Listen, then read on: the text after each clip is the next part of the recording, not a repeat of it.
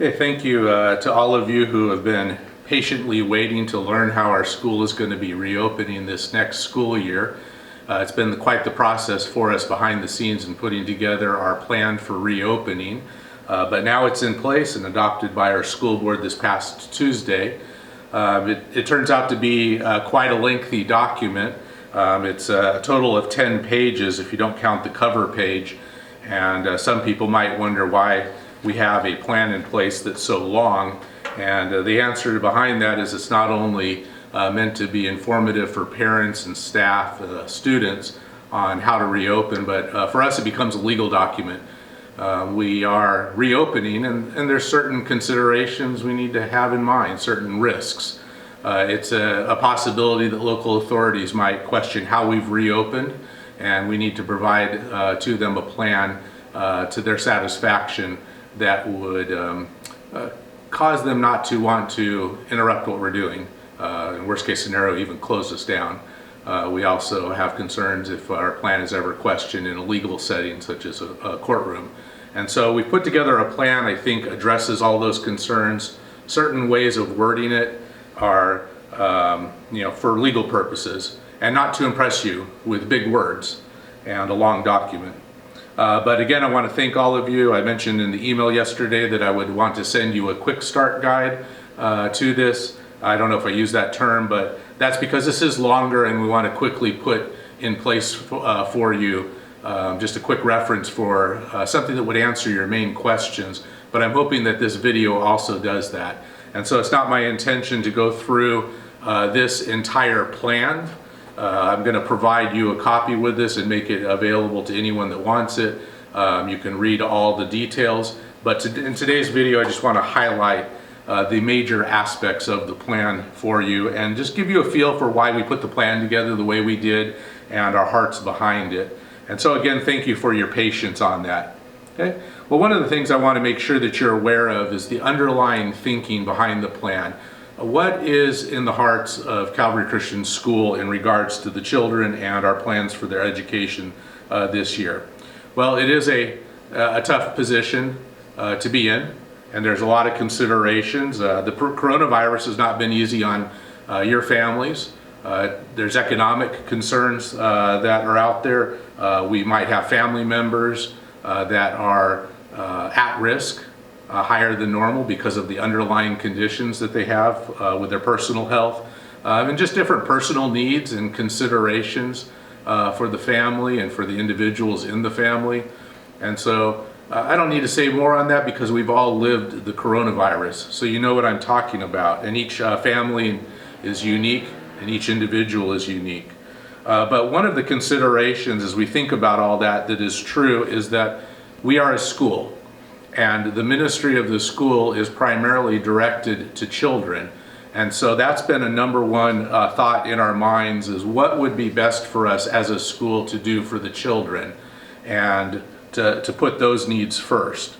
We are also in our minds wanting to follow the law and have a biblical worldview about what we are doing.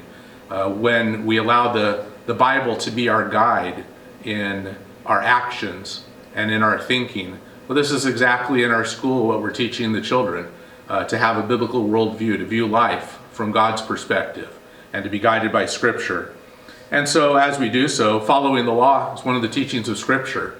As long as those in authority are not asking us to disobey God, if they have a law that does not do that, we should follow that law. And so that's been a consideration in our mind.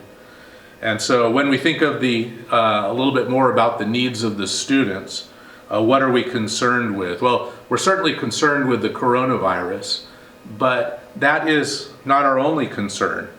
We are also concerned with their spiritual growth and their emotional and mental health, their physical well-being, their academic learning, and their social development.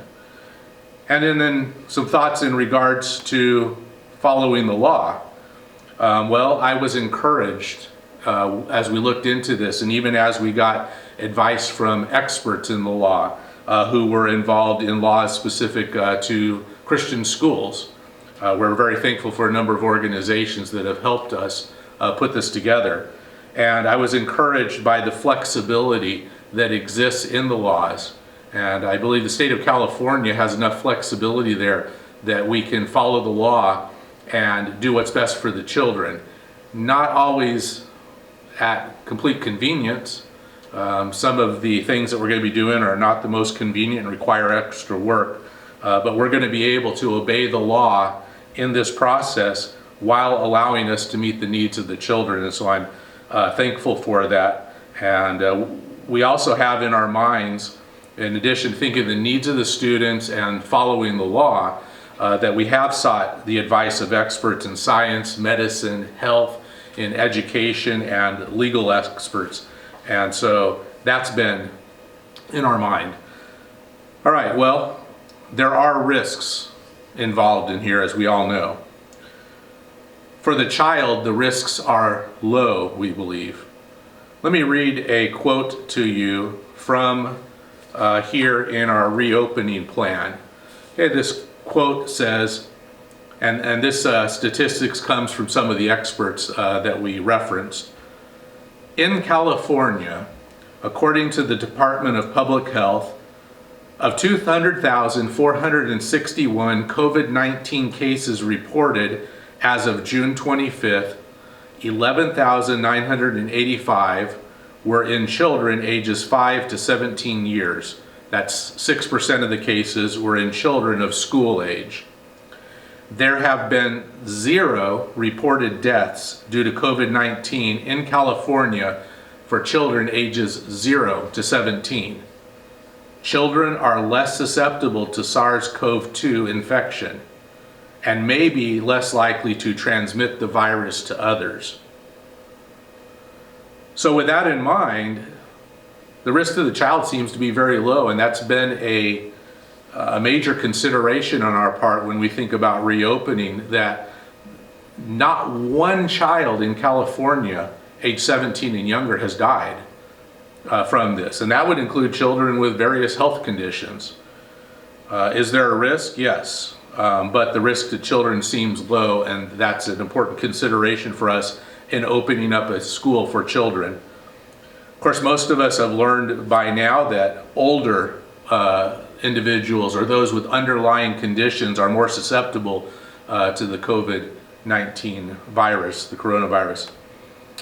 Well, let me read from you on page 5 of our document a section here on the family's responsibilities, what we're asking of you as parents to consider in this.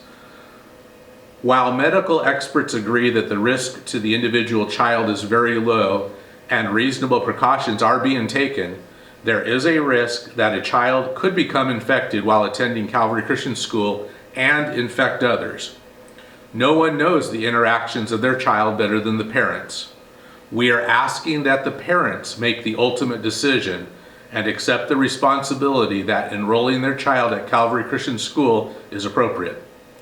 Please prayerfully consider whether or not you would like to have your child attend our school, and that the steps that we are taking as a community are in the best interest of your family. So we understand there's risks involved, and you're going to have to make that personal decision as a family. But for the average child in general, like I said, the risks are low compared to others. Well, in putting together this plan, we've put together a 12-step plan for reopening that follows a model that's discussed in more detail in our plan here. But the basic idea behind the 12-step plan is this, as quoted even at the beginning of our plan, that we want to allow for on-campus learning as safely and fully as possible. And so our desire is to have a program where we can offer a full program as much as possible, as safely as possible. So here's our 12-step program. Step 1 in the plan: screening to prevent symptomatic individuals from entering this school is the name of that step. Well, basically what this step is about is that it's going to involve staff training and procedures that's going to ensure that if we discover that a child has some sickness, that we know what to do about that. Now, by the way, there's a lot of procedures that we need to do as a follow-up to this plan, just simple things. such as how the children line up to get in the classroom, and how and in what way we stagger different lunch periods to spread us out a little bit. We'll discuss some more of those aspects, but a lot of those procedures are outside the scope of our reopening plan. But step one has to do with screening students, and our teachers and our staff are going to have some training regarding that. But the main point of this plan that you as parents need to be aware of is this. You're going to be asked to help in this. In fact, you're going to be a main part of this step. You're going to be asked to do daily screening of your child before your child arrives at school for entry. Our goal is this: to prevent a child as much as we can coming on campus with the virus. Now, of course, we can't really do that except that they're exhibiting symptoms, but doing daily screening to keep that from happening as much as possible. We'll provide more details on that. Now, this is going to be a burden on parents. We're going to be putting together some procedures that make this as quick and easy as possible. This is likely to involve an online form that would be quick and easy to go in each morning online. You just filling out a quick survey that you followed certain checks with your child just to make sure that they are symptom free. And so then step two in the 12-step plan has to do with hand hygiene.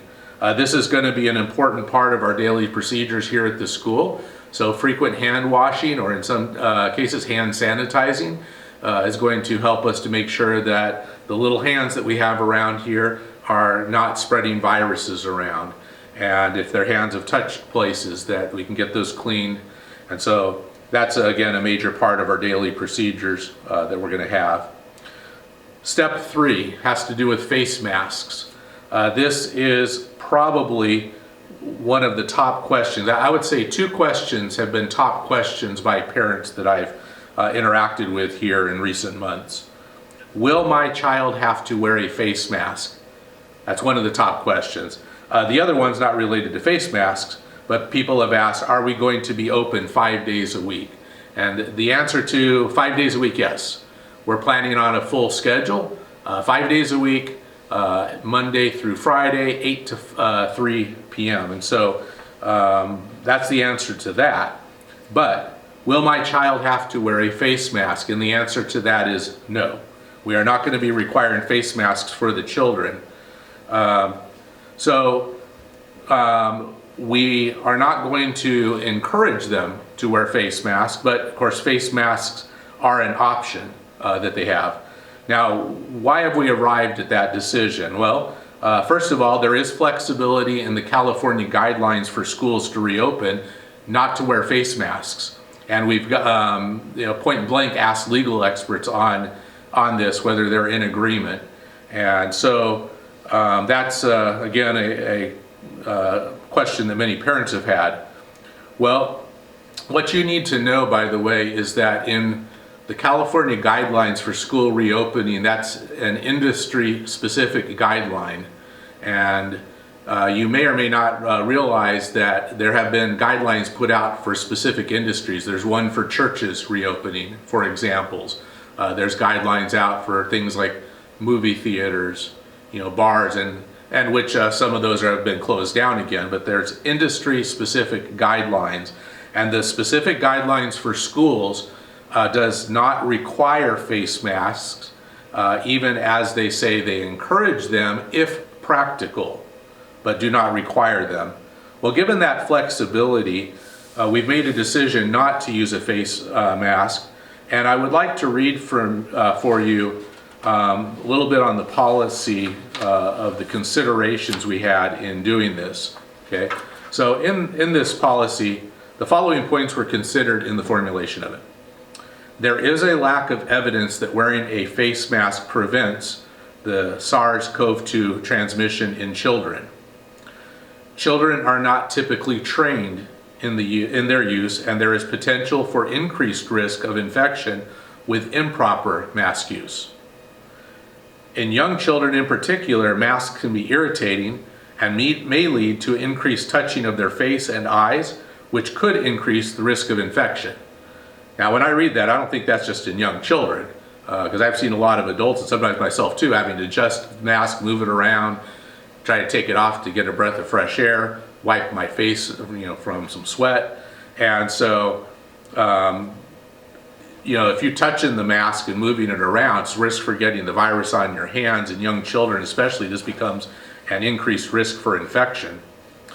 Okay, a fourth thought: it is impractical for a child to wear a mask properly for the duration of a school day, 7 hours. Children would need assistance to follow appropriate procedures for putting on and taking off the mask. In addition, during these times when the mask is removed, they would need to be stored appropriately to prevent infection spread. Okay, a fifth consideration: it is likely that masks will be disposed of improperly throughout the school day and potentially lead to increased risk of children playing with them. And then a final one: the mask may not be tolerated by certain populations, such as children with underlying lung conditions or asthma or allergies, and especially during warm, humid times. Well, these are not just thoughts that we pulled off the top of our head. This is thoughts from medical experts on some of the negatives to mask wearing amongst people, especially children. And so that's our thoughts on mask wearing.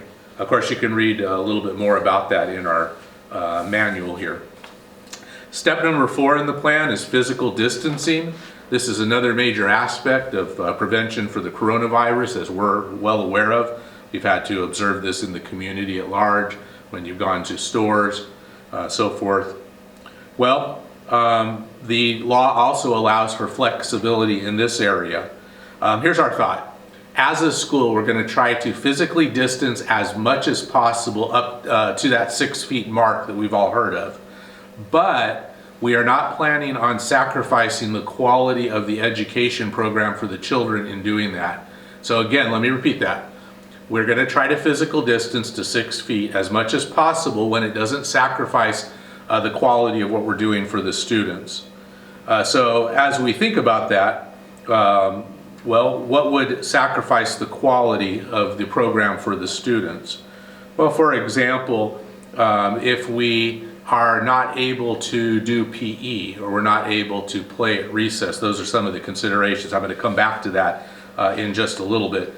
We're going to do what precautions we can. For example, in one of our classes that has the most students in it, which is the grades 1 and 2 room, we're going to utilize the art room for extra space for the students, and that's going to be able to allow us to separate them out. The first grade is a larger group, currently with 10 students in it. Separate the second grade out, giving them more room.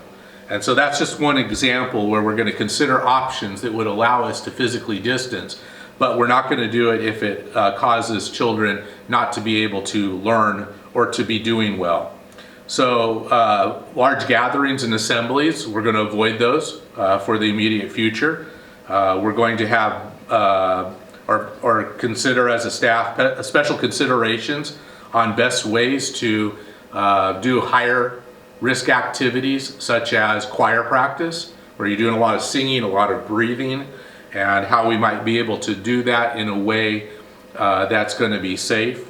And so we're wanting things to be safe, but we want the children to have a full school program. And so therefore, we're going to let the kids socialize at recess, for example. Their social development is important. We want the kids to be able to play with each other, and so we're not going to require them to social distance at playtime. We're going to have PE, and it might involve contact at times. So what's that going to look like? Well, we're going to do this safely. So it means this: before the kids go out and we know they're going to be in an activity where they can't socially distance, we get those hands washed. So as they come into contact with each other, we've got their hands cleaned up and less likely to be spreading germs. And then after PE's over, we're going to have them wash their hands again and or sanitize. And so if they did pick up something out there, that we got those hands clean. And then any equipment they're using, we're going to sanitize that. We're going to spray down the whole playground when we're done. We're going to use a tank sprayer similar to what I've seen some workers at Walmart using when they're spraying down shopping carts. Spray down the whole playground. We don't need to wipe it down. It's actually considered better to let the sanitizer sit there and have prolonged contact with the surface. We don't need to do that. We're going to sanitize any equipment we use, such as balls, but we're going to let the kids have what is healthy socializing, playground and PE. We would like to offer sports activities and other activities as much as possible and as is wise to do, and we're going to do all this as safely as possible. And so that's our thoughts on physical distancing, step 4 in our plan. Okay, step 5 has to do with the word cohort or cohorting. Not a word I've used a lot in my lifetime, but I've thought about it a lot in putting this together. And the idea of a cohort is a group of students that are similar in age and grade. So purposes of our school, we're talking about a classroom. And the purpose of this is to have one class, in a sense, be socially distanced from another group, so that if there's germs in this group, they don't pass it to the other group. What if we do have a child who comes to our school and has the virus? That's a real possibility. So if a child comes with that, it's only one class that's really exposed.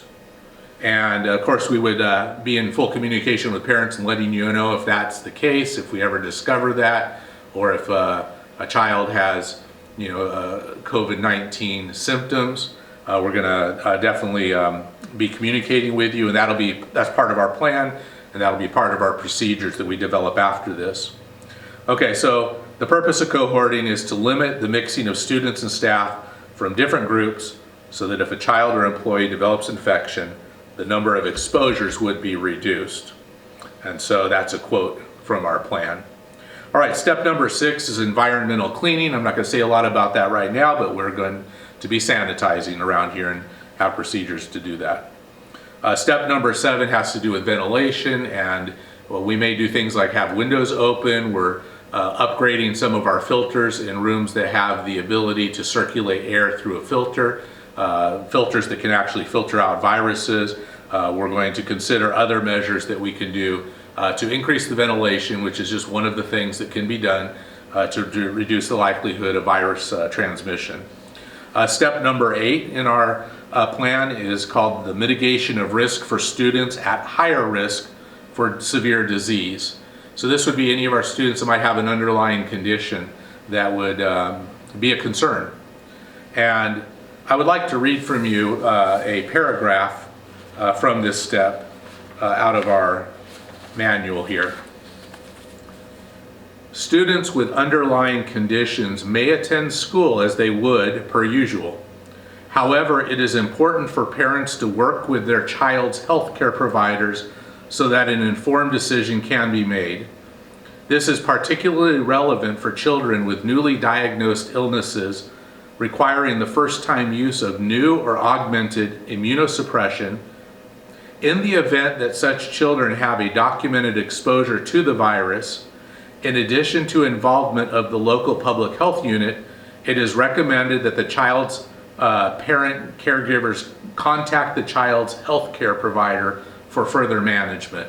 So we would just really encourage your doctor to be involved in the decision to enroll your child in the first place, but also what to do if we find that the virus is in our school at some point.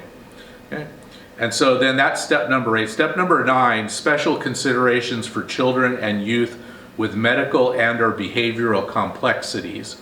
And I'm going to kind of mention that along with step 10, which is mental health awareness and support for children. And these steps basically say this: hey, if the children have some special needs, we want to meet those needs. We desire to help each child. If your family has something that you need help with, perhaps a medical condition, a behavioral complexity, we want to support that. Mental health, some of the children might be stressed over this. We want to help with that. And so that's our underlying desire. You can read more about those 2 steps in our plan. Step 11, protection of staff and at-risk persons or families. We're also going to be doing social distancing with our staff.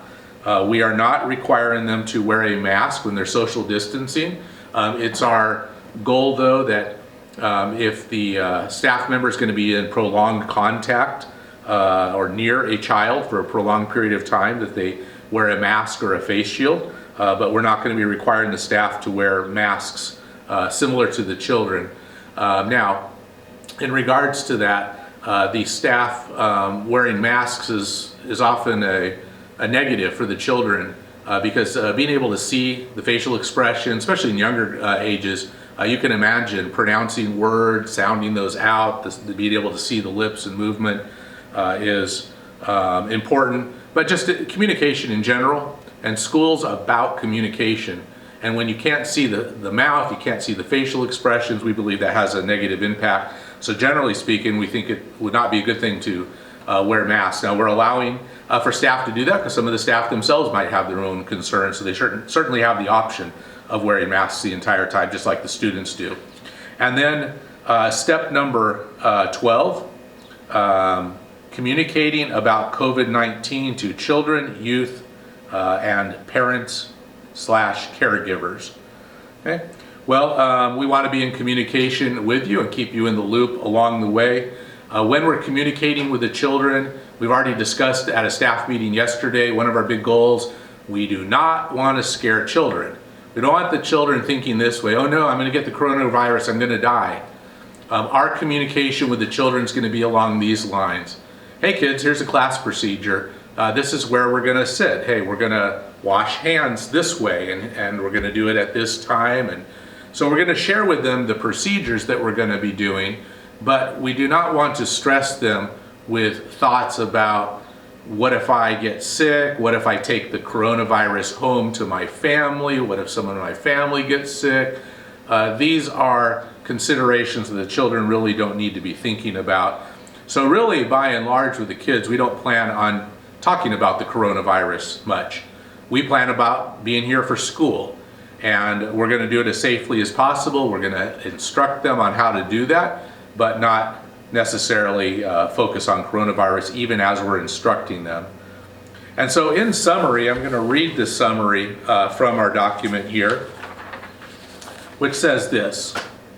This document provides guidance surrounding the reopening of Calvary Christian School as it relates to measures to mitigate risks. As discussed, the risks of infection and transmission in children, which appear to be minimal, need to be balanced with the harms of school closure, which is impacting their spiritual, emotional, social, physical, and mental health. On balance, it is recommended that children return to school and that the messaging around this clearly articulate the rationale for the recommendations outlined in this document in order to help reduce the fear and anxiety in parents, children, and school staff. In our view, a daily school model is best as it allows for consistency, stability, and equity, regardless of the region in which children live. An important factor to consider in this respect is emerging evidence indicating inequalities in the social and economic burden of COVID-19, which may further disadvantage children living in higher burden areas where educational inequality and barriers to online learning may be more pronounced. In addition, we appreciate that the living conditions for children vary across socioeconomic groups, and therefore recommend that further work be done to develop guidance and identify supports needed for situations where children reside within the same home as individuals with underlying conditions that put them at greater risk of more severe disease. Now, a lot of that last part is really some of the thoughts that we need professionally in education and legally on that. But the main ideas there, it's our heart. We think school is important. The kids need to be back in school, and they need to be learning and growing and developing. And so we believe this to be vitally important, and not just from an educational standpoint, but for their spiritual growth. To have them back in school and be learning about the Lord and being able to teach them a biblical worldview. And so I would like to thank you for your patience again in waiting for us to put this plan together. And I hope this has been informative. Our school office would be happy to answer any questions. You can feel free to contact us about your individual questions that you may have. Thank you, and have a good evening.